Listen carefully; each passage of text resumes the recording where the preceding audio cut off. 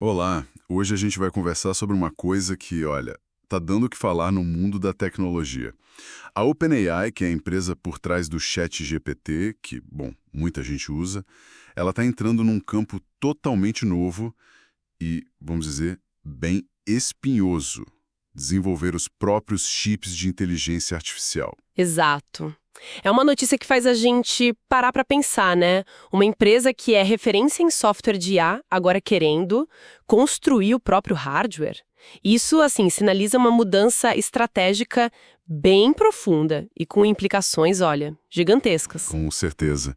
E é a primeira vez que a gente vê a OpenAI indo tão abertamente nessa direção, né?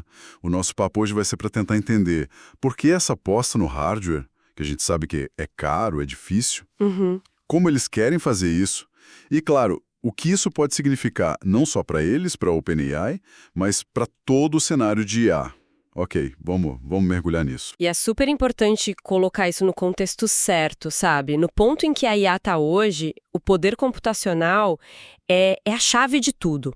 A capacidade de processar um volume imenso de dados e rápido define quem lidera a inovação. Então, nesse cenário, ter controle sobre os chips, sobre o silício, isso vira uma vantagem estratégica que pode ser, assim, decisiva. Não é só ter as ferramentas, né? É poder construir as suas próprias ferramentas, sob medida. Perfeito. Então, começando pelo motivo principal, né? O porquê, o que leva uma gigante do software que está no auge, com modelos como o GPT-Chat, a entrar nessa briga do hardware. Porque à primeira vista parece meio contraintuitivo, né? Um desvio do foco. Olha, é uma mistura de fatores bem pragmáticos e também estratégicos. O primeiro, e talvez o mais óbvio, é custo. Custo mesmo. Treinar e operar esses modelos de linguagem gigantescos, eles consomem uma quantidade, assim, absurda de poder computacional. E os chips para isso, principalmente as GPUs da NVIDIA, são caríssimos. Ah, sim. A NVIDIA tem, sei lá, uns 80% desse mercado de chips para IA. É uma posição dominante que permite que eles cobrem bem caro. Ou seja, a conta de infraestrutura da OpenAI deve ser uma coisa de louco. Desenvolver um chip próprio seria um jeito de tentar, talvez, aliviar essa pressão financeira no longo prazo. Exatamente. E não é só o custo de agora, é pensar na escalabilidade futura. Cada modelo novo maior, cada aumento de usuário, significa mais e mais chips. Ter um chip customizado pode, pelo menos em teoria, tornar esse crescimento mais sustentável financeiramente falando. Mas não é só dinheiro. O segundo ponto, que é crucial, é a dependência estratégica. Ah, aquela história de não colocar todos os ovos na mesma cesta, né? A cesta da NVIDIA, no caso. Precisamente. Depender tanto de um único fornecedor, por melhor que ele seja, é um risco estratégico enorme. E se a NVIDIA resolve priorizar outros clientes? E se tem problema de produção e falta chip? Sim. E se a estratégia de preço muda do nada? A OpenAI, que depende dessa capacidade computacional para o seu valor, para o seu futuro, ela fica muito vulnerável. Então, ter um chip próprio, mesmo que não vá substituir totalmente a NVIDIA logo de cara, funciona como uma pólice de seguro caríssima e dá um poder de barganha muito maior. É tipo dizer, olha, a gente não é refém da sua agenda ou do seu preço. Entendi. É quase uma questão de soberania tecnológica para eles, né? Garantir que o destino da empresa não fique totalmente na mão de um parceiro externo, por mais importante que ele seja. Exato. E isso leva a gente para o terceiro motor dessa iniciativa, otimização e aumento do poder computacional. Os modelos de IA estão evoluindo numa velocidade, uau, alucinante. Já se fala abertamente do GPT-5, de outros sistemas que vão exigir saltos de capacidade de processamento. E os chips genéricos, mesmo os ótimos da NVIDIA, são feitos para uma gama mais ampla de tarefas. Um chip customizado pela OpenAI pode ser desenhado especificamente para as operações matemáticas, para os fluxos de dados que os modelos deles mais usam. É tipo a diferença entre usar um canivete suíço, que faz tudo mais ou menos, e ter uma chave de boca feita exatamente para aquele parafuso que você usa o tempo todo.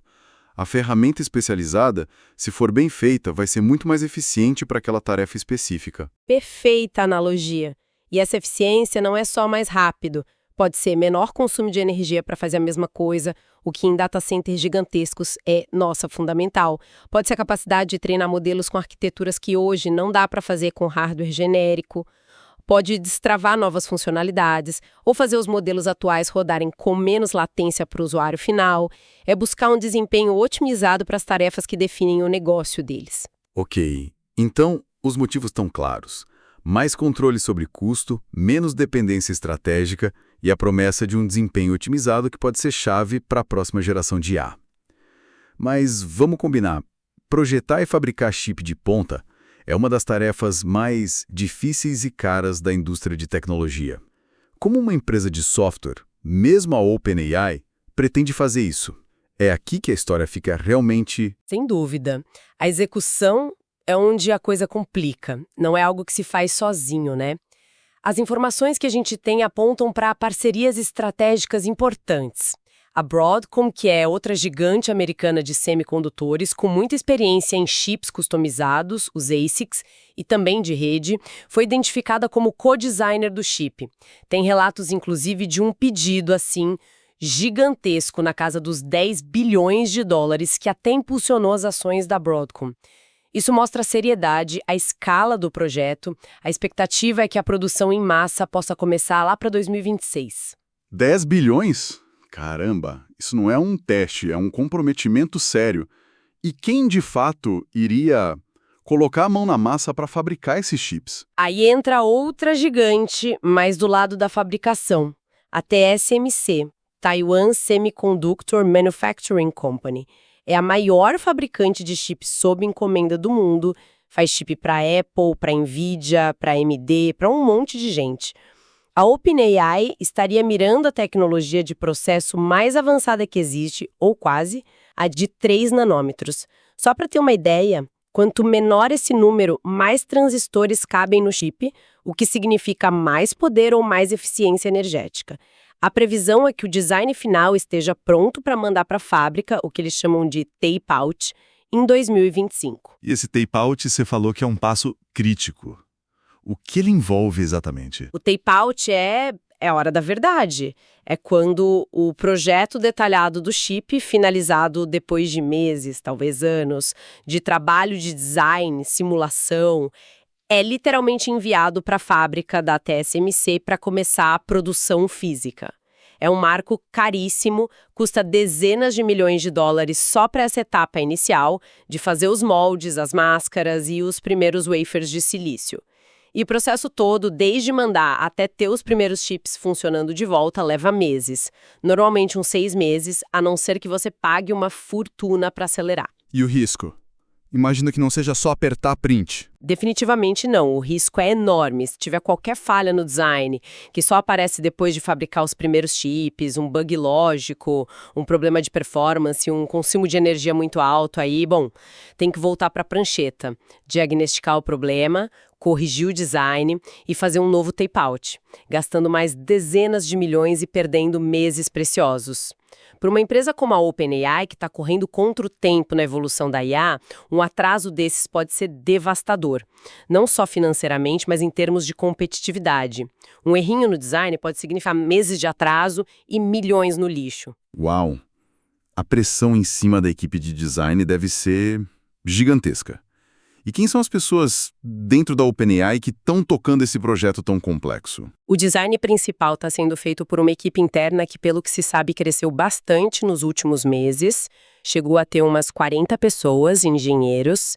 É um número relevante, mas ainda é pequeno se a gente comparar com as centenas ou até milhares de engenheiros que gigantes como Google ou a Amazon colocam nos seus projetos de chips. A liderança dessa equipe estaria com Richard Howe, um nome que veio do Google, onde ele teve um papel importante no desenvolvimento dos TPUs, os Tensor Processing Units, que são os chips de IA customizados do Google. Ter alguém com essa experiência prévia num projeto grande e parecido com certeza ajuda muito. Já se sabe alguma coisa sobre as especificações desse chip da OpenAI? O que ele teria de especial? Os detalhes ainda são poucos, mas algumas informações que vazaram ou que são especuladas apontam para características que a gente espera em aceleradores de IA de ponta. Fala-se numa arquitetura de matriz sistólica, que é bem eficiente para aquelas operações de multiplicação de matrizes, sabe? Que são fundamentais em redes neurais. Também se menciona o uso de memória de alta largura de banda, a HBM. Isso é crucial. Por que a HBM é tão importante nesse caso? Pensa nesses chips de IA como motores de Fórmula 1, super potentes. A HBM é como um sistema de combustível de altíssimo fluxo para esse motor. Não adianta ter um motorzão se você não consegue entregar combustível, ou seja, dados, rápido o suficiente para ele rodar no máximo. Modelos de IA gigantes manipulam volumes imensos de parâmetros de dados, e a HBM permite que esses dados cheguem nos núcleos de processamento muito mais rápido que memórias normais, evitando gargalos. A NVIDIA também usa HBM nas GPUs top de linha dela. Além disso, falam em capacidades robustas de interconexão de rede, que são essenciais para conectar milhares desses chips e fazer eles trabalharem juntos para treinar um único modelo gigante. Entendi. E uma coisa que parece clara é para onde vão esses chips, né? Eles não vão competir direto com a NVIDIA no mercado aberto. É isso. Exato. Tudo indica que o uso vai ser exclusivamente interno. A OpenAI não tem plano de virar vendedora de chip. O objetivo é construir uma infraestrutura otimizada para as próprias necessidades deles, principalmente para o treinamento dos modelos futuros, que é a etapa que mais exige o do computador. É fortalecer a própria casa, não montar uma loja para vender tijolo, sabe? Faz todo sentido. Então, a OpenAI está nesse caminho ambicioso, mas ela está remando sozinha contra a maré? Ou isso faz parte de um movimento maior que a gente está vendo na indústria? Definitivamente faz parte de uma tendência maior. É quase uma corrida armamentista silenciosa no nível do silício entre as Big Techs. Já faz uns anos que a gente vê isso. O Google foi um dos pioneiros com os TPUs deles, otimizados para busca, publicidade e outros serviços com IA. A Amazon desenvolveu os próprios chips, o Trainium para treinamento e o Inferentia para inferência, para otimizar custo e performance na AWS, a nuvem deles. A Meta, o Facebook, também tem investido pesado nos próprios aceleradores de IA para coisas como recomendação de conteúdo, moderação. E a Microsoft? Que é uma parceira estratégica e grande investidora da OpenAI. Eles não ficam para trás nisso. A Microsoft também está nessa corrida. Estão desenvolvendo os próprios chips de IA, acho que o codinome era Athena, mas existem relatos persistentes de que eles têm enfrentado desafios bem grandes para chegar no desempenho que eles esperavam, mesmo depois de anos de investimento e com recursos, virtualmente ilimitados. Isso só mostra o quão complexo e arriscado é esse negócio de projetar chip customizado de ponta. Não basta ter dinheiro e talento, tem que acertar em muitas variáveis técnicas de execução. É um bom lembrete de que o sucesso não é garantido, né?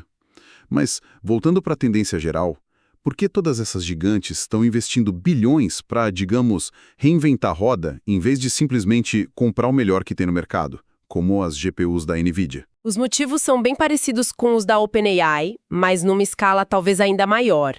Primeiro, a otimização extrema para as cargas de trabalho deles. O Google não precisa do mesmo tipo de chip que a Meta ou a Amazon. Projetar sob medida permite ganhos de eficiência, desempenho por watt ou desempenho por dólar que podem ser impossíveis com hardware mais genérico. Segundo, reduzir custo operacional no longo prazo, especialmente para quem opera em hiperescala como eles.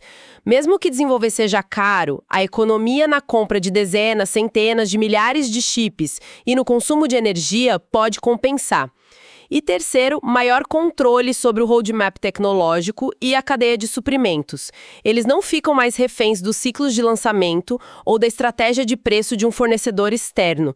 Podem alinhar o desenvolvimento do hardware com o do software e dos serviços deles. E imagino que tenha também um elemento de vantagem competitiva aí, certo? A venda é uma busca por verticalização. Num mundo cada vez mais definido pela IA, controlar o hardware que dá poder a ela vira um diferencial estratégico fundamental. Essas empresas perceberam que o silício é uma camada crítica demais para ser totalmente terceirizada. Entendido. Então, juntando as peças, o que tudo isso significa na prática? Quais são as possíveis consequências dessa aposta da OpenAI no hardware? As implicações podem ser bem significativas, sim, em várias frentes. Para a própria OpenAI, se o projeto der certo, o impacto pode ser transformador. Significaria a capacidade de acelerar ainda mais o ritmo de inovação deles. Imagina treinar o GPT-5 ou modelos ainda mais complexos, multimodais, de forma mais rápida e, quem sabe, mais barata. Isso solidificaria a posição de liderança deles e talvez permitisse explorar fronteiras da IA, que hoje são limitadas pelo custo ou pela capacidade computacional que existe. E além do impacto direto na pesquisa, na criação, tem aquela questão da negociação que a gente falou. Exatamente. Mesmo que eles continuem comprando chips da NVIDIA ou de outros, ter uma alternativa viável dentro de casa muda completamente a dinâmica da negociação. Eles passam de meros compradores a potenciais concorrentes internos. Isso dá muito mais força para conseguir preço melhor ou condição mais favorável. Claro, tem que ser realista. A implantação inicial provavelmente vai ser em escala menor, talvez focada ali em validar o design, otimizar o processo. Os chips realmente avançados e a produção em larga escala viriam depois. E olhando para fora da OpenAI, para a indústria de IA como um todo, esse movimento pode balançar o barco? Potencialmente sim, embora talvez não tão rápido. Hoje, como a gente falou, o mercado de chips para treinar a IA é dominado pela NVIDIA, de forma esmagadora. A entrada de mais chips customizados, mesmo que no início seja só para uso interno das Big Techs e agora da OpenAI, começa a fragmentar um pouco esse cenário. A longo prazo, isso pode estimular mais competição. Se a Broadcom, por exemplo, virar uma parceira-chave para várias dessas iniciativas de chips customizados, ela pode surgir como uma força ainda mais relevante nesse segmento de IA, como alguns analistas já estão prevendo. Poderia até, quem sabe, levar a uma redução de custos para outros players menores no futuro, se a competição aumentar ou se novas arquiteturas se mostrarem mais eficientes. É uma possibilidade, mas é um cenário mais para frente. No curto prazo, o maior impacto pode ser indireto, forçar a NVIDIA a continuar inovando rápido e talvez ajustar a estratégia de preços para manter a liderança frente a esses clientes gigantes que agora têm alternativas. Mas a gente não pode esquecer dos riscos e desafios enormes que estão envolvidos nessa empreitada da OpenAI. Sim, você já mencionou a complexidade e os custos. Quais são os principais obstáculos que eles enfrentam, assim, para resumir? São vários. Primeiro, o custo. É monumental. Bilhões de dólares em pesquisa, desenvolvimento, os tape-outs múltiplos, fabricação, integração. Segundo, a complexidade técnica de projetar um chip de ponta que seja competitivo com o que tem de melhor no mercado. Precisa de uma expertise muito específica, difícil de achar. Terceiro, a escala da equipe. Como a gente falou, uns 40 engenheiros é um bom começo, mas é uma fração do tamanho das equipes de chip design do Google, da Amazon ou da própria NVIDIA, que tem centenas, milhares de especialistas. Escalar essa equipe e manter ela na vanguarda é um desafio por si só. E não é só projetar o chip, né? Integrar isso na infraestrutura que já existe deve ser outro desafio gigantesco. Exatamente, não basta ter o chip. Tem que integrar em servidores, racks, data centers inteiros. Tem que desenvolver todo o software de baixo nível, compiladores, drivers, bibliotecas, para que os modelos de IA possam rodar nesse hardware novo de forma otimizada. É um esforço de integração de hardware e software gigantesco complexo. Os problemas que a Microsoft enfrentou, mesmo com toda experiência e recursos, servem de alerta. Fazer isso bem é extremamente difícil e o sucesso está longe de ser garantido. Certo.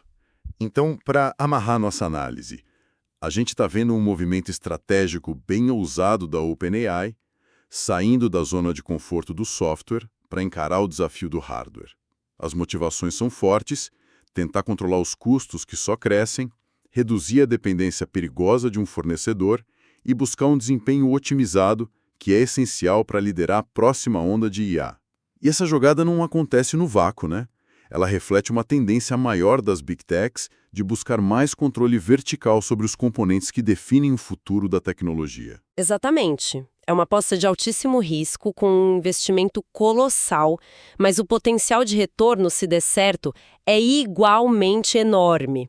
Pode redefinir a capacidade de inovação da OpenAI e, indiretamente, influenciar a dinâmica de todo o mercado de hardware para IA. Isso deixa a gente com uma questão importante para pensar. Considerando essa barreira técnica e financeira imensa, o domínio que a NVIDIA já tem e os desafios que até os gigantes como a Microsoft enfrentam, quão realista é esperar que iniciativas como essa da OpenAI consigam realmente abalar a hegemonia da NVIDIA no mercado de chips de IA no curto ou médio prazo? Ou será que o principal valor dessa empreitada, pelo menos nos próximos anos, vai ser mais interno mesmo, ganhos de eficiência operacional e talvez o mais importante, um trunfo estratégico poderoso na hora de negociar com os fornecedores que já estão aí? É um jogo complexo, sabe? Onde cada movimento pode redesenhar o futuro da inteligência artificial.